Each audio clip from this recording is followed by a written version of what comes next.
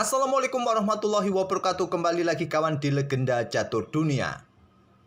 Masih di turnamen Norwegian 2023 yang sudah memainkan babak ketiga kemarin malam.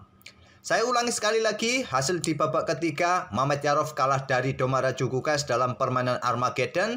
Dan Alireza mulai panas kawan, mendapatkan kemenangan permainan klasiknya 2 kali berturut-turut. Setelah pada game pertama dia dikalahkan oleh Domara Jugukes dalam permainan klasik. Di game keduanya dia berhasil menekuk Mamet Yarov dalam permainan klasik juga. Kali ini korbannya adalah Nordibek Abdussatrov. Nanti akan kita ulas gamenya kawan.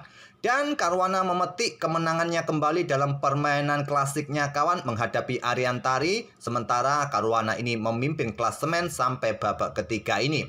Ada Wesleso yang kalah dari Anish Giri dalam permainan Armageddon. Dan juga ada Hikaru Nakamura yang juga kalah dari Magnus Carlsen dalam permainan Armageddon. Setelah dalam permainan klasiknya kawan berakhir match, permainan Ruy Lopez Martial Attack berakhir cukup cepat kawan, hanya 10 menit. Tadi kita sudah lihat permainan Armageddonnya dalam tema King's Gambit Accepted.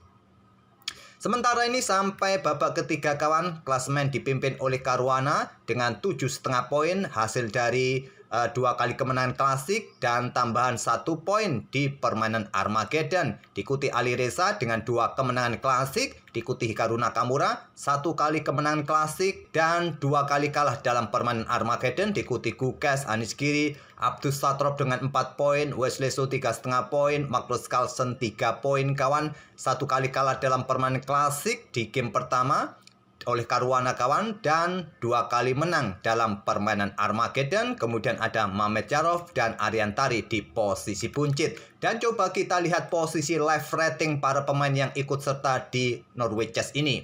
Magnus Carlsen sampai 3 game ini kawan kehilangan 8,6 poin elo ratingnya.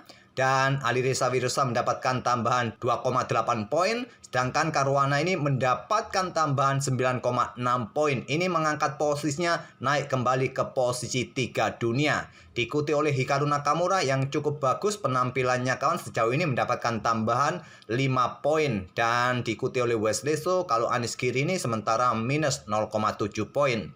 Itulah kawan posisi para pemain di live rating sekarang dengan plus minusnya elo rating para pemain. Dan langsung saja kita ke papan analisisnya Nordibek Abdussatrov versus Alireza Firoza dalam permainan klasik. 2 pemain ini merupakan raksasa catur masa depan kawan. Dan sampai tahun 2023 ini rekor pertemuan kedua pemain ini tidak banyak. Hanya 1 kali bertemu dalam event klasik tahun 2019 di turnamen Aeroflot Open, mereka bermain remis. Selebihnya 2 kali sempat bertemu di kejuaraan dunia Blitz tahun 2018, Alireza Firoza menang. Kemudian tahun 2021, Alireza Firoza kembali menang kawan. Dan beberapa hari yang lalu bermain Blitz juga di Norwegian Blitz, mereka bermain remis. Dan ini merupakan pertemuan kedua mereka dalam permainan klasik. Langsung saja Abdussatrov mengawali dengan pion D4. Pion D5, pion C4, Queen's Gambit, ditolak dengan pion C6, Slav Defense, kuda F3, kuda F6, kuda C3, pion E6, bertransposisi lagi dengan permainan semi-Slav Defense. Pion E3, pengembangan kuda B ke D7, lanjut Alireza Firoza, dan di sini gajah E2.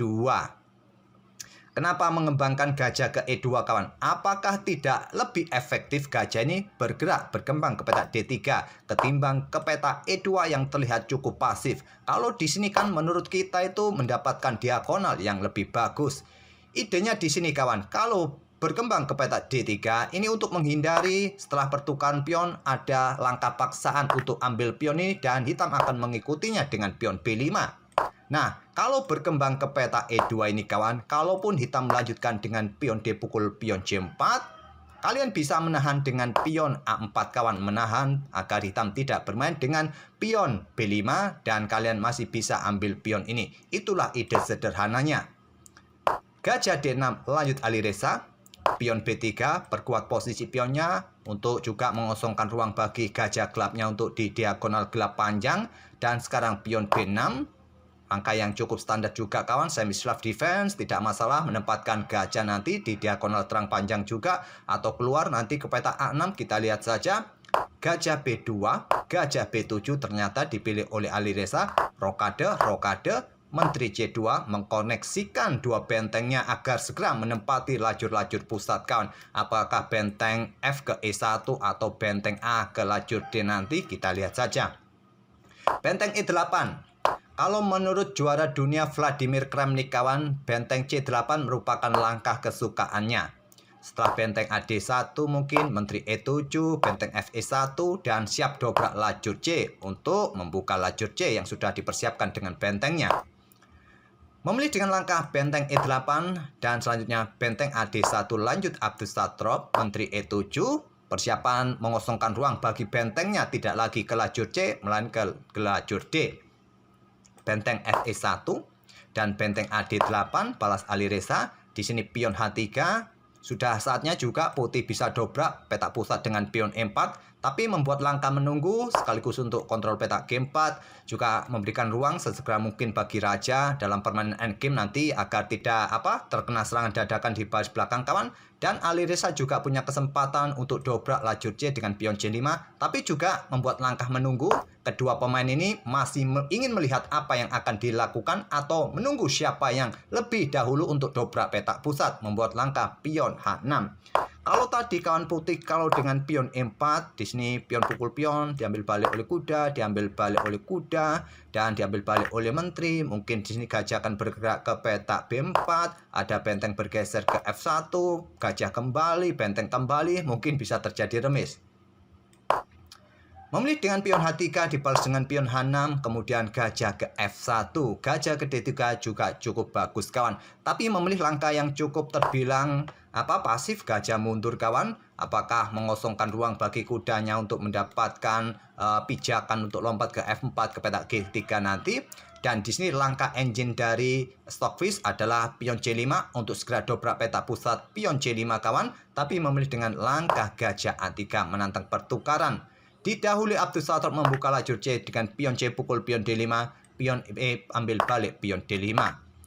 Kalau ambil balik menggunakan pion C, harapan dari putih adalah setelah gajah pukul gajah diambil balik oleh menteri. Nah, tidak ada lagi yang mengkontrol petak B5, kuda siap lompat kawan untuk mencoba mendapatkan pion lemah petak A7 ini. Kalau menghindar ke petak yang lain kawan, anggap contoh ke petak ini ya ada garbuan terhadap benteng terhadap gajah nanti kawan, di sini juga bisa berbahaya sekaligus dengan ancaman discover. Kalau tadi cuma bergerak ke petak gelap agar tidak terkena discover, sama saja kawan, idenya adalah benteng dalam ancaman, gajah dalam ancaman, putih bisa menang.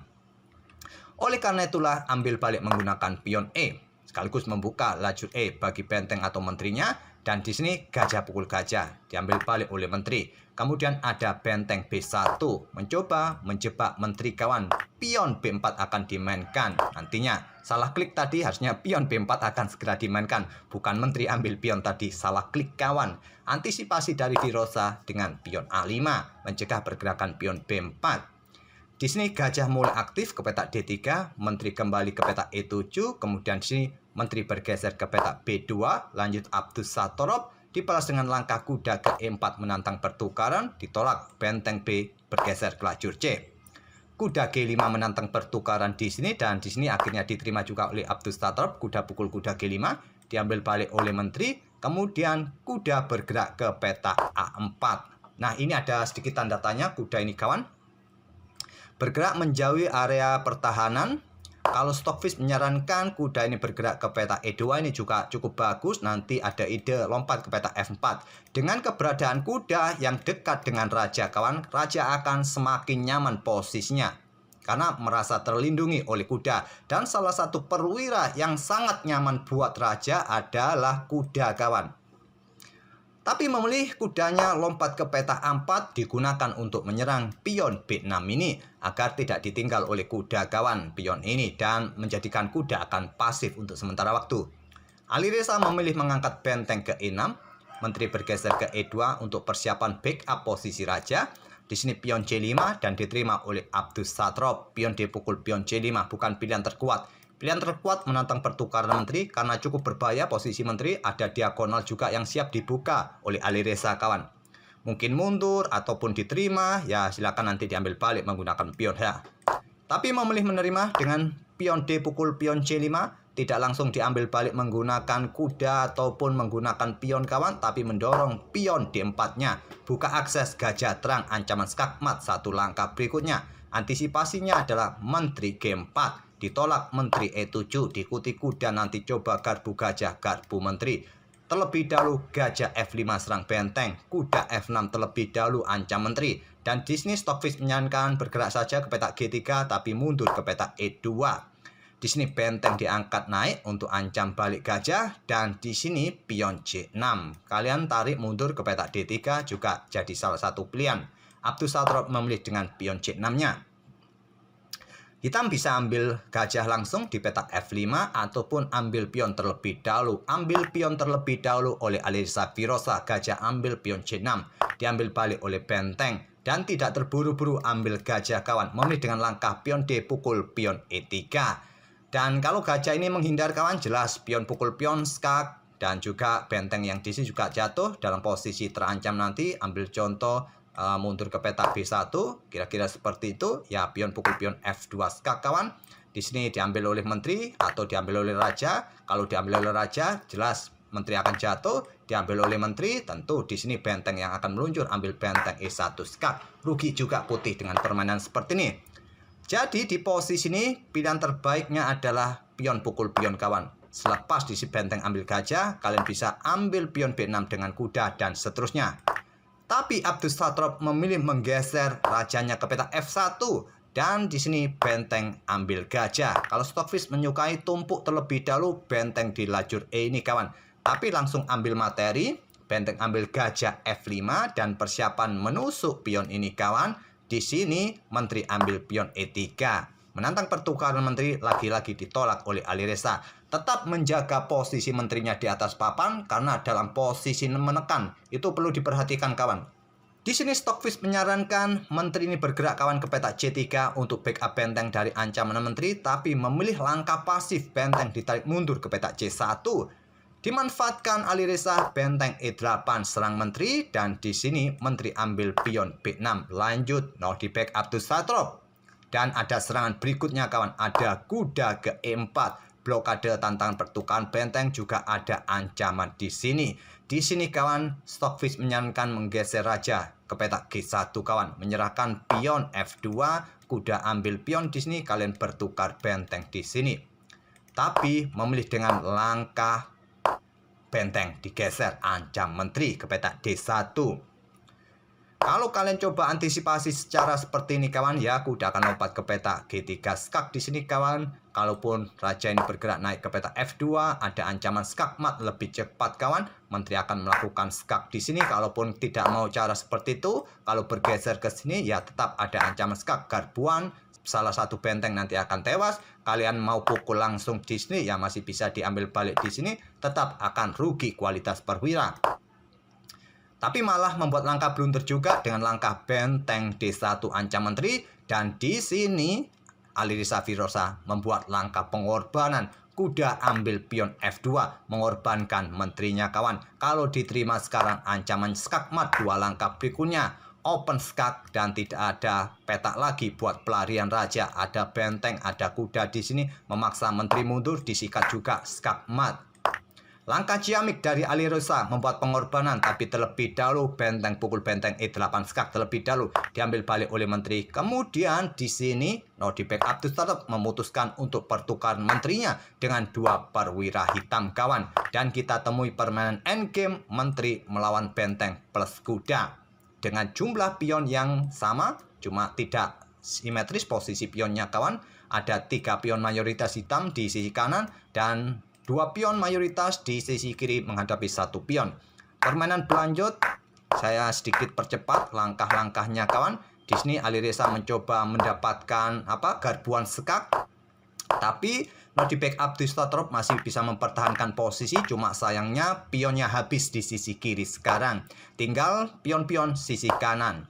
Mulai mendorong pion-pionnya dan di sini Abdus Satrop mencoba membuat benteng pertahanan. Tapi kemasifan pion hitam ini sudah tidak bisa ditandingi lagi kawan.